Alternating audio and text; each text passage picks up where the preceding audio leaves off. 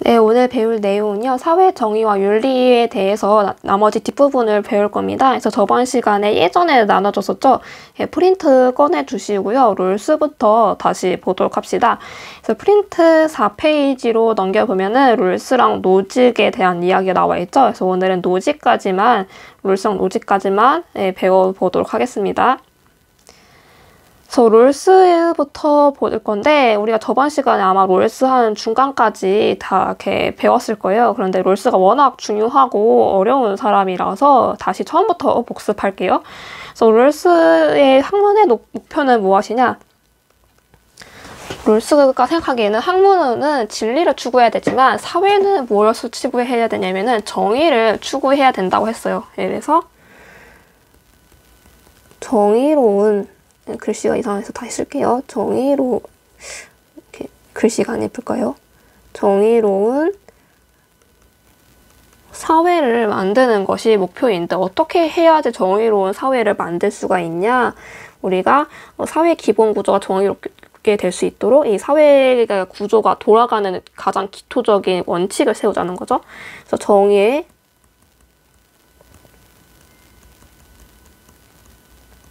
원칙을 세우는 것이 목표입니다. 그래서 정의 원칙을 세워야지 정의로운 사회 기본 구조가 이게 형성이 될 수 있다고 보는 거죠. 그래서 밑에 첫 번째부터 볼게요. 그래서 공정으로서의 정의 이런 단어가 나와 있을 텐데 이게 무슨 말이냐? 공정한 절차를 통해 합의된 것은 다 정의롭다라고 나와 있는 거죠. 그래서 우리가 저번 시간에 정의는 서양에서 생각하는 정의는 재화라던가 아니면 어떤 저 가치 있는 물건이라던가 이런 것들 어떻게 분배를 하는 것이 정의로운가 이게 정의라고 했었잖아요. 그래서 우리가 정의 생각하면 가장 먼저 떠오르는 게 분배적 정의일 거예요. 그래서 분배적 정의 저번 시간 얘기했듯이 분배적 정의는 누구한테 어떻게 몫을 어느 정도 분배를 해야 할 것인가 이걸 결정하는 게 분배적 정의라 했었죠. 얼만큼 분배를 할 것인가 요게 분배적 정의인데 문제는 무엇이냐? 분배적 정의는 굉장히 사회 구성원들끼리 합의하기가 어려운 상황입니다. 우리가 작년이랑 올해 아마 코로나 때문에 재난지원금을 나라에서 분배를 했었잖아요. 이 재난지원금에 대해서도 어떤 사람은 왜 100만 원밖에 안 받고 어떤 사람은 왜 300만 원 받냐? 아닌데 나는 왜 50만 원밖에 없는데 나는 쟤보다 훨씬 더 사회적으로 아니면 경제적 굉장히 어려운 상태인데 나는 왜 이거 혜택을 이만큼밖에 안 주냐? 이런 식으로 분배된 결과에 대해서는 사람들끼리 굉장히 합의하기가 어려워요. 그래서 롤스는 어떻게 생각하냐? 이 분배적 정의라던가 아니면은 뭐 분배된 결과라던가 여기에 주목을 하기보다는 절차, 과정 여기에 굉장히 주목을 합니다. 그래서 공정한 절차라던가 공정한 과정을 거친 것은 역시 결과도 공정할 수밖에 없다는 거예요. 자동적으로 결과도 공정할 수밖에 없다라고 보는 겁니다. 그래서 예시를 보자면은 우리 투표라던가 아니면 선거를 떠올려 보세요. 투표의 가장 기본 원칙이 뭐 비밀 선거, 뭐 예를 들어서 뭐 보통 선거, 뭐 등등등 여러 가지 직접 선거, 뭐 등등 되게 여러 가지 있죠. 이런 투표가 공정하게 절차가 밟혀지면은 투표 과정이 굉장히 투명하면은 누가 회장으로 당선되든 아니면 누가 대통령으로 당선되든 아무튼 이 결과에 대해서도 사람들이 공정하니까 여기 대해서 받아들이죠. 네, 수긍을 한단 말이에요. 그렇기 때문에 롤스도 정의의 원칙을 세우는 과정이 굉장히 투명하기를 원합니다. 그래서 두 번째 볼게요. 사회 구성원들 간의 합의를 통해 정의의 원칙을 도출할 수가 있다는 거예요.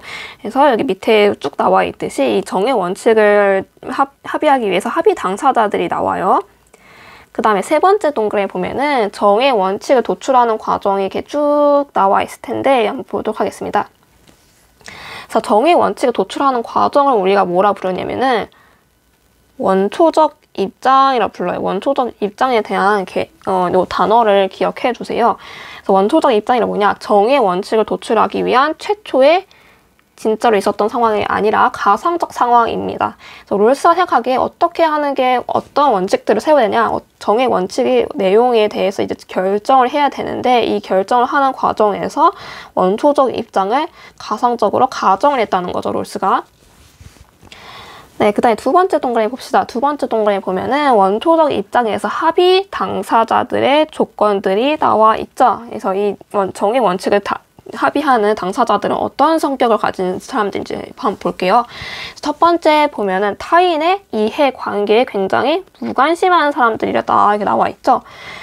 다른 사람이 나보다 훨씬 더 잘 살게 되든, 아니면 다른 사람이 나보다 훨씬 더 못 살게 되든, 아니면 이 사람이 굉장히 사회적 조건이 안 좋든 여기에 대해서 절대 관심이 없어요.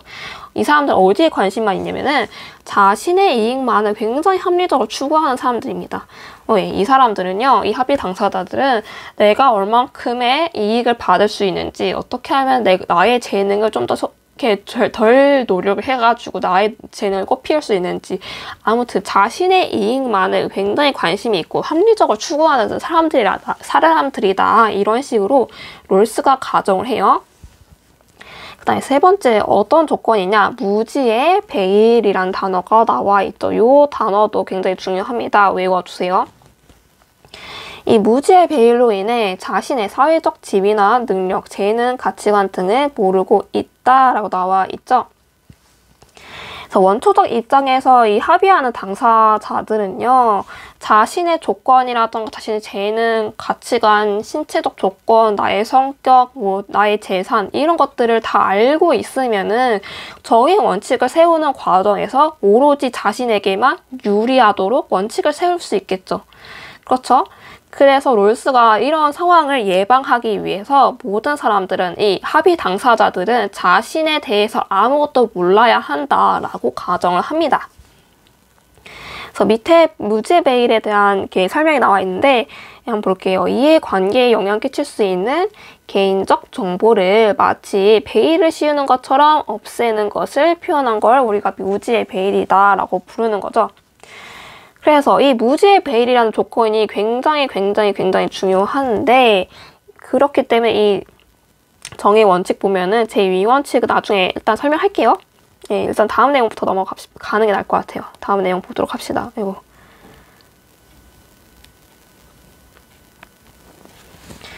예, 다음 내용 보면은 세 번째, 무지의 배일을 쓴 합의 당사자들은 그래서 결국엔 정의 두 원칙에 합의한다 나와 있죠.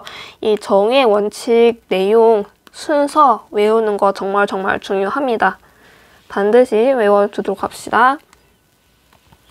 그래서 어떤 내용이 있는지 볼게요. 그래서 제1원칙을 보면은 모든 사람은 기본적 자유에서 평등한 권리를 지닌다 하면서 평등한 자유의 원칙을 세웠다, 이렇게 나와 있죠. 그래서 아무래도 사회 기본 구조는 모든 사람들한테 자유를 기본적으로 다 보장해야 한다라고 보는 거고요. 그 다음에 제2원칙을 볼게요. 내용을 보면은 사회적, 경제적 불평등은 최소 수혜자에게 최대의 이익을 보장해야 하며, 이걸 우리가 뭐라고 부르냐면 차등의 원칙이다라고 부르는 거죠. 그 다음에 이 차등의 원칙은 굉장히 불평등하게 볼 수가 있어요.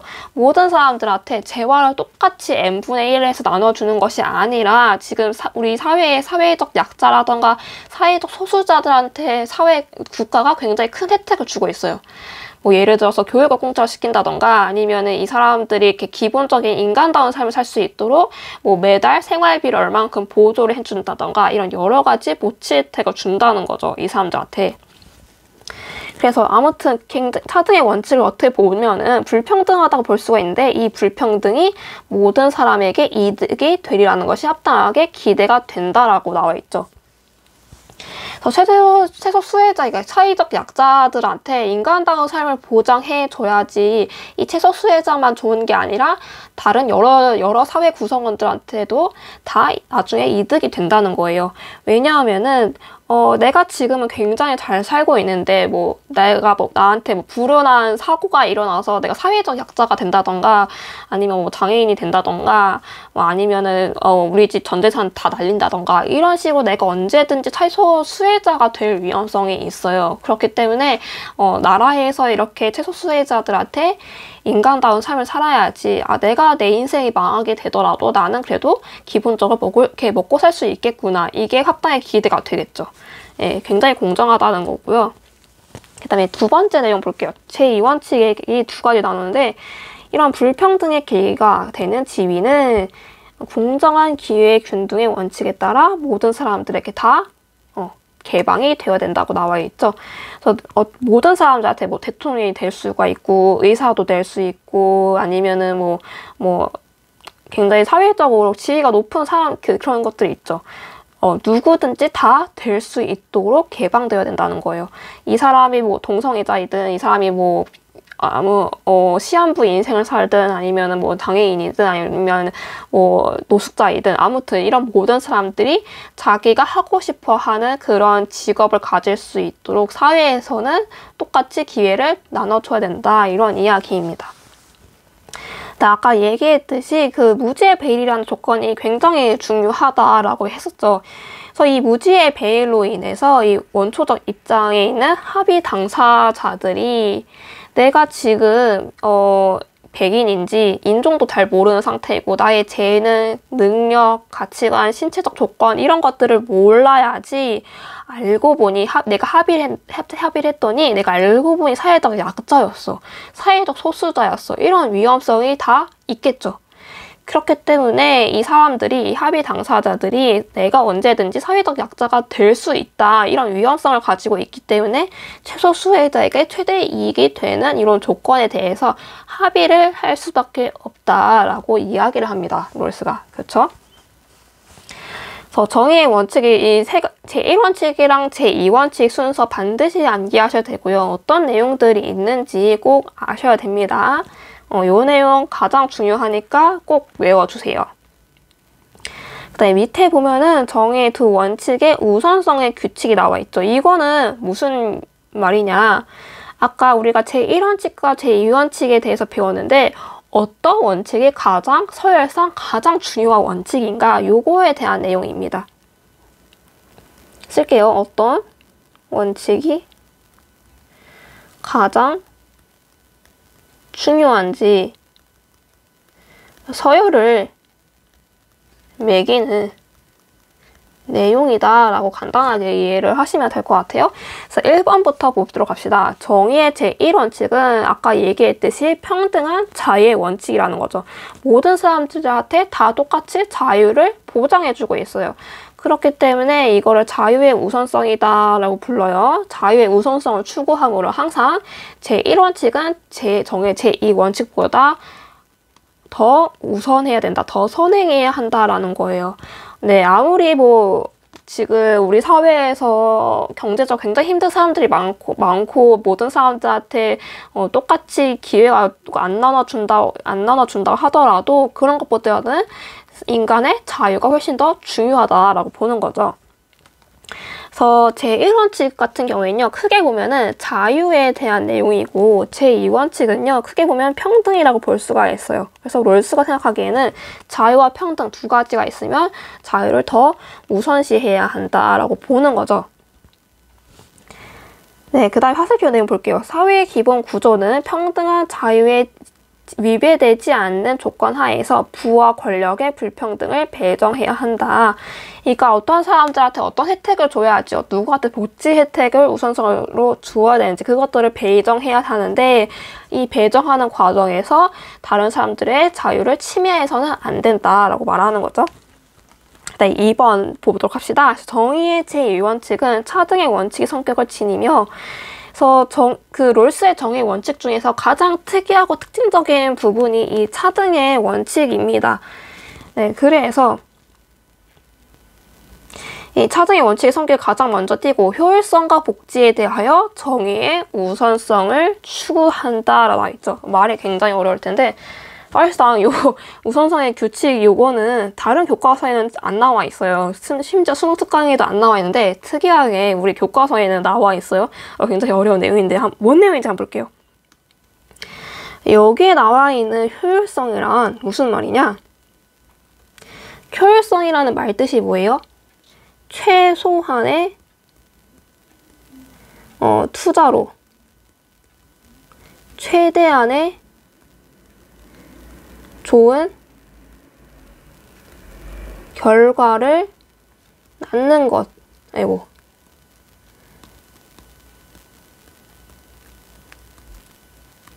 낳는 것. 이게 바로 효율성이라는 거죠. 네, 그래서 누구한테 복지 혜택을 줄까? 누구한테 사회적 재화를 좀 나눠줄까? 요거를 분배할까? 요거 결정하는 과정에서 못 사는 애들한테 이런 재화를 투자하기보다는 이미 잘 살고 재능이 있는 이 사람들한테 이 재화를 투자하는 게 훨씬 더 효율적이라는 말이에요. 왜냐하면은 잘 살고 재능이 있는 애들이 여러 가지 투자라던가 여러 가지 혜택을 받으면 자신의 능력을 빨리빨리 이렇게 발휘를 해서 사회를 굉장히 발전시킬 수가 있겠죠. 이게 바로 효율성이라는 입장인데, 이런 효율성 같은 경우에는 물론 사회가 빠르게 발전할 수 있다. 그런 장점은 있지만 과연 잘 사는 사람들한테 투자를 하는 사회가 정의로운 사회라고 볼 수 있을까요? 볼 수가 없다는 거죠. 롤스도 여기 효율성에 대해서 지금 반대한다는 그런 이야기고요. 그래서 복지대학 정의의 우선성, 그러니까 이미 잘 살고 재능이 있는 사람들한테 투자를 하기보다는 우리 사회적 약자라던가 사회적 소수자들한테 사회적 재화를 나눠주는 게 더 정의롭다라고 보는 겁니다. 그래서 정의의 우선성을 추구한다라는 거예요. 그래서 밑에 화살표 내용을 보면은 그래서 기회균등의 원칙은 항상 차등의 원칙에 우선한다 나와 있어요. 그래서 아까 봤듯이 제2원칙은 차등의 원칙과 공정한 기회를 나눠줘야 된다는 기회균등의 원칙이 있는데 이 두 가지 중에서 뭐가 더 중요하냐면은 이것보다는 기회균등의 원칙이 훨씬 더 중요하다라는 이야기입니다. 서열을 매기자면은 정의 원칙의 서열을 매기자면은 결론이 무엇이냐? 제1원칙, 그러니까 기본적 자유의 원칙. 이 원칙이 가장 중요하다라는 거고요. 그 다음에 제2원칙에는 아까 얘기했듯이 차등의 원칙이랑 기회균등의 원칙이 있는데 뭐가 중요하냐? 그래도 복지 혜택을 누구한테 우선적으로 나눠주는 것보다는 모든 사람들이 자신이 원하는 직업과 자신이 원하는 사회적 지위에 올라갈 수 있도록 보장해주는 게 훨씬 더 중요하다는 거죠. 기회균등의 원칙이 그 다음에 두 번째로 중요하고 가장 마지막으로 중요한 애가 누구냐? 차등의 원칙이다라는 결론을 내리고 있는 거예요. 그래서 밑에 박스 내용 볼게요. 박스 내용 보면 제1 우선성의 규칙, 자유의 우선성이 나와 있는데 정의 원칙들은 축차적 서열로 이루어져야 되고, 축차적 서열이 무슨 말이냐? 그러니까 누가 더 중요한지 지금 서열을 매기다는 거예요. 누가 1등으로 중요하고 그 다음에 2등, 3등 이렇게 이런 식으로 서열을 정하는 게 축차적 서열이라는 거예요. 그래서 정의 원칙들은 축차적 서열로 이루어져야 되고, 따라서 자유는 자유를 위해서 만 제한될 수가 있다라는 거죠. 이게 무슨 말이냐? 그러니까 모든 사람들한테 다 똑같은 평등한 자유를 보장해 주기 위해서 어느 정도 자유를 제한할 수가 있다는 거예요. 무슨 말이냐? 그러니까 우리가 예전에 사회개혁서를 배웠을 때 그 자연 상태가 있었죠. 자연 상태 같은 경우에는 굉장히 내가 뭐 하고 싶은 모든 행동을 다 할 수 있는 그런 굉장히 자유로운 그런 상태라고 얘기를 했어요. 그래서 뭐 예를 들어서 내 옆집에 있는 이 친구가 정말 재수가 없어. 그러면 나는 얘를 살인해야지.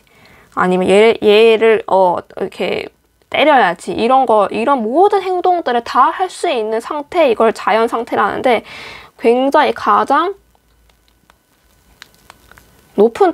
가장 높은 자유도를 가진 그런 사회이긴 한데, 이거 왜 이래, 잠깐. 네, 자연 상태는 굉장히 자유로운 상태인데, 이 자유 때문에 나의 삶이 굉장히 피곤하고, 나의 삶이 언제든지 끝날 수 있다는 그런 위험성이 있죠. 그래서 사회는 어떻게 해요? 사회는 법이라던가 규칙을 통해서 제한을 하고 있죠. 이런 자유를 제한하고 있는데, 이 자유를 내가 뭐 살인하거나 폭력을 쓴다던가 다른 사람한테 사기를 친다던가 이런 행동들을 못하도록 자유를 제한하니까 모든 사람들의 자유가 보장될 수가 있다는 거죠. 네, 그래서 내가 언제든지 죽을 수 있다. 이런 위험으로부터 벗어나서 내가 좀 더 내가 하고 싶어 하는 일들을 할 수가 있잖아요. 이런 식으로 자유는 자유를 위해서만 제한될 수가 있다. 그런 이야기고요.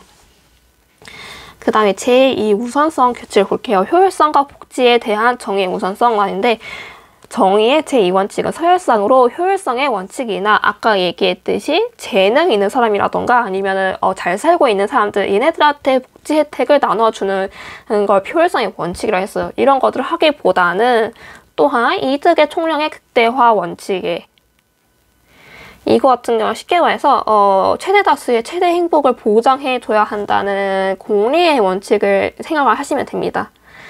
예, 효율성이랑 비슷해요. 효율성이랑 비슷하고 얘는 좀 공리의 원칙이랑 비슷하다 이렇게 이해를 하시면 되는 거예요. 공리주의. 이런 것들을 추구하기보다는 공정한 기회는 그런 것보다는 정의 제2원칙을 더 훨씬 우선을 해야 된다는 거예요. 효율성의 원칙이라던가 이득의 총량 극대 원칙에 따라 사회 기본 구조가 결정되면 안 된다. 정의 제2원칙에 따라야 한다. 그런 이야기예요. 그래서 공정한 기회는 차등의 원칙에 우선해야 된다. 그러니까 아까 얘기했듯이 기회의 균등의 원칙이 차등의 원칙보다 더 우선해야 한다. 그런 이야기예요. 그래서 이거 방금 읽었던 내용은 롤스의 정의론이라는 책에 있는 그대로 있는 내용들입니다. 네, 그 다음에 네 번째 노직 자유지상주의적 입장 이거 한번 볼게요. 네 번째 노직에 대해서 배워볼 건데 노직은 롤스의 이 정의의 원칙, 정의론에 대해서 반대를 하는 사람이거든요. 특히 어디에 반대를 하냐? 제2원칙의 차등의 원칙에 대해서 굉장히 반대를 하는 사람입니다. 차등의 원칙 같은 경우에는 지금 최소 수혜자한테 최대 이익을 보장해줘야 된다고 말하고 있죠. 그래서 차등의 원칙 같은 경우에는 이 원칙은 굉장히 복지사회를 추구하는 꿈꾸는 그런 원칙이구나 라고 이해를 하시면 돼요. 그런데 노직은요. 이 복지사회, 이 제2원칙에 대해서 굉장히 반대를 하는 사람입니다. 제가 쓸게요. 이 사람은 차등의 원칙에 대해 반대를 하는 사람인데, 그래서 노직은 간단하게 얘기해서 이런 복지사회를 꿈꾸기보다는 그 신자유주의 사상이 뭔지 아시죠? 신자유주의를 굉장히 추구하는 사람입니다. 그래서 자유지상주의적인 입장이다 이렇게 나와 있죠. 첫 번째 동그라미부터 보도록 합시다. 개인은 자신의 정당한 소유물에 대해서 배타적이고 절대적인 권리를 지니고 있다라고 했죠. 이 배타적이라는 게 무슨 말이냐? 자신의 소유물에 대해서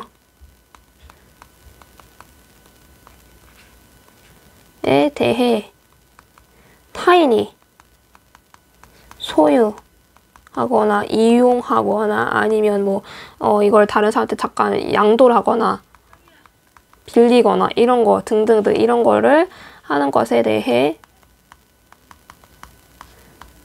것을 배척하는 거. 이런 게 배타적이다 이렇게 이해하시면 되는데, 그러니까 내가 열심히 노동해서 받은 이게 물건이라던가 재화라던가 돈이라던가 이런 것들이 있죠. 이런 것들을 절대 다른 사람한테 나눠주거나 다른 사람한테 빌려주거나 이런 거에 대해서 절대 반대하는 거예요. 그래서 나는 자신의 소유물에 대해서 배타적이고 절대적인 권리를 지니고 있다. 다른 사람이 절대 건드릴 수가 없다라고 말합니다.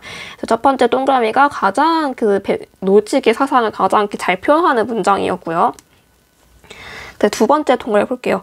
그래서 노직은 어떤 거에 대해서 정의, 부정 이런 식으로 구분을 하냐? 개인의 권리를 보호하고 존중하는 것이 정의로운 행동이고, 국가에 의한 재분배, 그러니까 복지사회라던가 아니면 차등의 원칙이라던가 이런 거에 대해서는 개인의 소유권을 침해하는 행동이므로 부정의하다라고 봅니다. 그래서 노직의 입장에서는요, 정부가 여러 가지 복지 정책을 펼치기 위해서 국민들한테 세금을 많이 걷어들여야 되죠. 이 세금을 많이 걷어들인 행동 자체에 대해서도 굉장히 반대를 합니다. 국가는 최소한의 최소 국가가 뭔지 아시죠?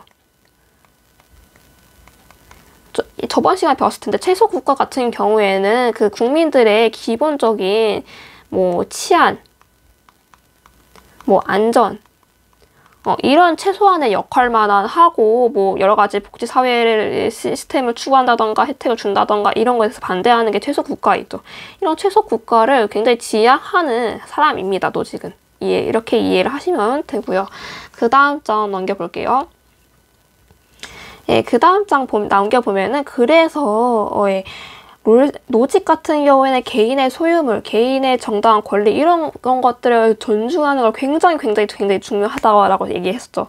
그렇다면 롤스가 생각하는 소유물에 대한 3가지 정의의 원칙이 무엇인지 한번 보도록 하겠습니다. 요거 내용 중요해요. 요거 외우셔야 됩니다.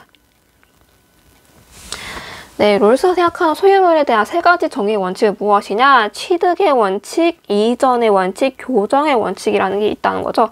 일단 취득의 원칙이 뭔지부터 봅시다. 취득의 원칙이란 어떤 개인이 정당하게 노동하여 최초로 재화를 취득하는 걸 취득의 원칙이다 라고 얘기를 해요. 예를 들어서 우리 집 근처에 땅이 있어요. 땅이 있는데 나무가 있네. 우리 집 근처에 나무가 있어요. 이 나무가 있는데 이 나무는 어떤 사람이 소유하거나 국가가 소유하지 않는 그냥 공유물인 상태입니다. 공유물인 상태인데 이 나무를 내가 직업이 목수라서 이 나무를 이렇게 톱질해서 따가지고 내가 이거를 가구로 만들었어. 뭐 이런 식으로 어떠한 다른 사람의 소유물이 아닌 이런 자연적인 자연물에다가 자신의 노동을 투입을 해가지고 어떤 물건을 생산하죠. 이런 물건을 생산했을 때 요거는 오직 내가 요거를 가공하는 사람의 것이라는 거죠. 이런 식으로 어떤 개인이 정당하게 노동을 해가지고 어떤 생산물을 만들어냈어. 그렇다면 이 생산물의 소유물은 누구 것이냐? 노동을 한 사람의 것이라는 거죠. 이해하셨나요? 이걸 취득의 원칙이라고 부릅니다. 아니면은 뭐 이런 것도 있을 수 있나?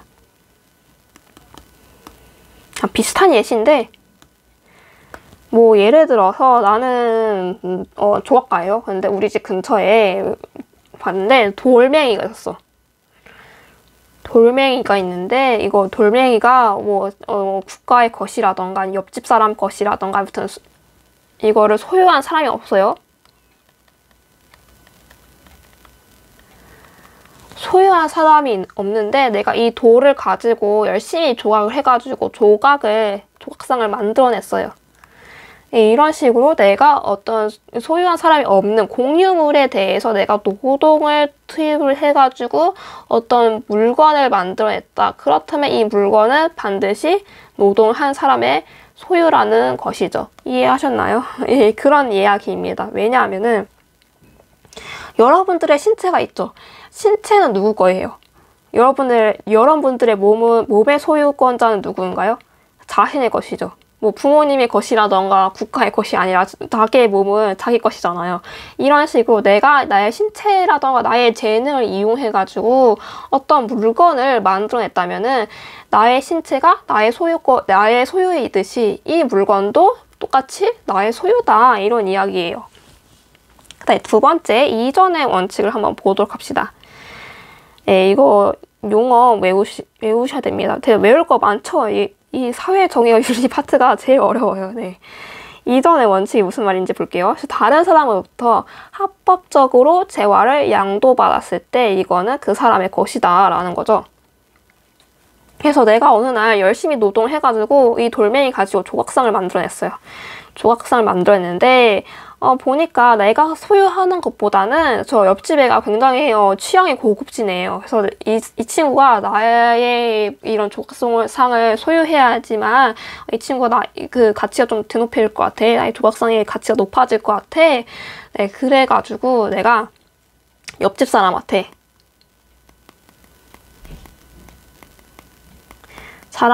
어떤 대가를 받고 조각상을 줬어요.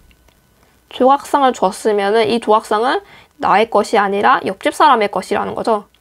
그쵸? 이게 바로 이전의 원칙이란 겁니다. 그러니까 뭐 여러분들 뭐 당근마켓이라던가 이런 것들을 할 때가 있잖아요. 이 당근마켓을 살 때 원래 나의 물건이었어요. 나의 물건이었는데 다른 사람한테 정당하고 합법적으로 이렇게 돈을 지불받고 나의 물건을 다른 사람한테 넘겨줬으면은, 그렇다면 이 나의 물건은 더 이상 나의 것이 아니라 다른 사람의 것이 된다는 거죠. 이게 이전의 원칙이라는 거예요. 그 다음에 교정의 원칙이 있는데, 이건 무엇이냐? 재화를 획득하고 양도받는 과정에서 부정의한 부분이 있을 때 이를 반드시 바로잡는 거, 이걸 교정의 원칙이라 부르는 겁니다. 그러니까 예를 들어서 우리 집 근처에 돌멩이가 있어가지고 내가 열심히 깎아가지고 조각상을 만들어냈어. 그런데 알고 보니까 이 돌은 주인이 없는 것이 아니라 알고 보니까 어떤 사람 것이었어. 뭐 옆집 사람 것이었어. 그렇다면은 이 조각상은 오로지 나의 것이라고 부르기가 굉장히 어렵잖아요. 이런 부정의한 것이 발생했을 때 누가 소유하는 것인지 교정하는 거, 이게 교정의 원칙이라는 거고요. 그리고 다른 예시를 들게요. 아까 얘기했듯이 조각상을 내가 만들어냈어. 그런데 어느 날 옆집 사람이 내 조각상을 훔쳤어.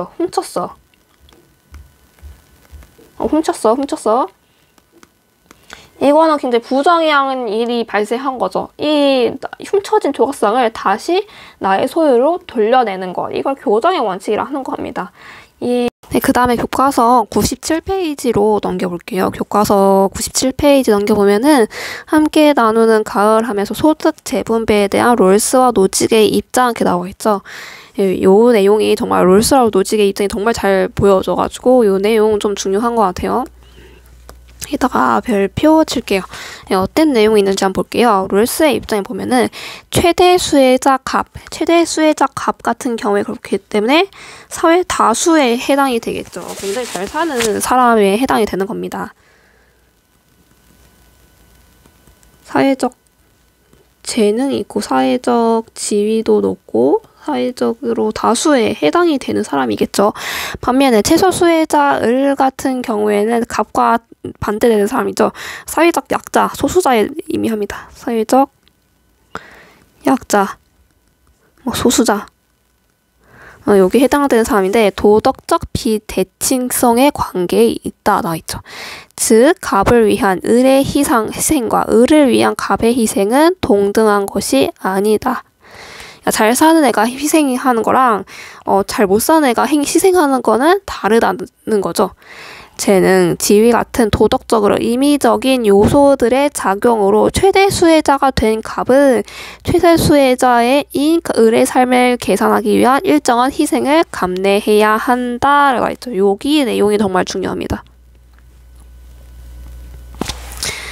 왜 중요하냐? 그러니까 갑 같은 경우에는 굉장히 태어나면서부터 재능이 뛰어난 사람이었어요. 그런데 이 재능 같은 경우에는 을도 똑같이 자기가 재능이 뛰어났으면 좋겠죠. 그런데 갑 같은 경우에 우연적인 요소로 인해서 우연히 이 사람은 자기가 굉장히 재능이 있는 사람이 된 거죠. 그리고 알고 보니 내가 태어났더니 내가 금수저를 물고 태어났어. 이런 것들은 굉장히 임의적인 요소로 갖는 거예요. 재능이라던가 지능 이런 것들은. 그렇기 때문에 그렇기도 하고 또 갑이 자신의 재능을 다 제대로 펼쳐서 사회적 지위가 높고 돈도 잘 벌 수 있었던 이유는 갑의 재능도 갑이 재능이 있기 때문이 아니라 그것도 중요하긴 하지만 다른 사람들과의 협동 관계에 있으니까 다른 사람과 협동을 통해서 자신의 재능을 꽃피울 수가 있다, 그런 이야기인 거예요. 그러니까 내가 아무리 재능이 많은 사람이라고 할지라도 나의 재능을 꽃피우기 위해서는 다른 사람이 굉장히 필요하다는 거죠. 그러니까 예를 들어서 삼성 같은 경우에 아니면은 애플 같은 경우에는 세계적으로 유명한 스마트폰을 생산하는 그런 업체 중에 하나잖아요. 그리고 굉장히 기업들 중에서 가장 유명한 축에 속하고, 그런데 이런 기업들이 굉장히 잘 이렇게 판매도 높고 굉장히 잘 살 수 있었던 이유는 다른 사람들, 그러니까 소비자들이 애플이라는 제품을 좋아하기 때문에 아니면 삼성이라는 제품을 좋아하기 때문에 이 회사가 굉장히 잘 살 수 있었다는 거죠. 그렇죠. 그래서 아무리 재능이 높다고 할지라도 이 사람은요 다른 사람과 잘 협동을 해야 돼요. 그러니까 사회 구성원과 사회과의 협동이 반드시 필요하다는 거죠. 그렇기 때문에 이 재능이 많은 사람은 다른 사람 덕분에 내가 잘 살 수 있었으니까 사회적 약자를 위해서 어떤 기부를 한다던가 뭐 봉사를 한다던가 뭐 이런 것들을 해야 된다는 거예요. 아니면 이 재능이 많은 사람한테 세금을 많이 걷어가지고 이 세금 가지고 이 사회적 약자한테 복지 혜택을 준다던가 예, 그런 행동들을 해야 한다는 거예요. 롤스 같은 입장에는. 네, 반면에 노직은 롤스의 차등의 원칙에 대해서 굉장히 반대를 하는 사람이라 했죠. 게다가 자유지상주의 입장을 가지고 있고요. 그래서 노직 같은 경우에 소득 재분배는 개인의 권리를 침해하는 심각한 문제이다라고 했죠. 아까 얘기했듯이 노직은 복지사회를 굉장히 싫어하는 사람이라 했어요. 그래서 근로소득에 대한 과세는 강제노동과 같다. N시간분의 소득을 세금으로 취하는 것은 그 노동자로부터 N시간을 빼앗는 것과 같다. 이는 마치 그 사람으로 하여금 다른 사람을 위해 N시간 일하게 하는 것과 마찬가지이다. 나와있죠. 네, 되게 유명한 말이었는데 그러니까 노직의 입장에서는요, 국가가 국민으로부터 세금을 걷어들이죠. 그쵸? 내가 열심히 일을 했어. 내가 하루에 8시간 동안 뼈 빠지게 일을 해가지고 한 300만 원 정도 한 달에 월급을 받는데 국가는 이 300만 원 중에서 일정한 부분에서 세금을 떼가죠. 하면 예를 들어서 30만 원 정도 세금을 걷어들인다 칩시다. 그런데 이 30만 원을 빼갈 때 이 그냥 순수하게 돈을 빼앗는 것만 아니라 내가 이 30만 원이라는 세금을 내기 위해서 강제로 노동을 하는 것과 똑같다라는 거예요. 그래서 노직 같은 경우에 국가가 세금을 많이 걷어들이는 거에 대해서 되게 싫어하는 사람입니다. 소득 재분배에 대해서는 노직은 반대를 하는 입장이고 롤스 같은 경우에 소득 재분배에 대해서 찬성을 하는 입장입니다. 그래서 사회적 약자가 좀 기본 인간다운 삶을 살 수 있도록 기본적인 삶을 이렇게 혜택을 주자 이런 입장이고 노직 같은 경우에는 이 소득 재분배를 하기 위해서는 잘 살고 있는 그러니까 재능이 뛰어난 사람이 일정 부분 세금을 내기 위해서 강제 노동을 할 수밖에 없다는 거예요. 그래서 얘는 반대를 한다 이렇게 이해를 하시면 될 것 같아요. 그래서 오늘 수업 여기까지 할게요.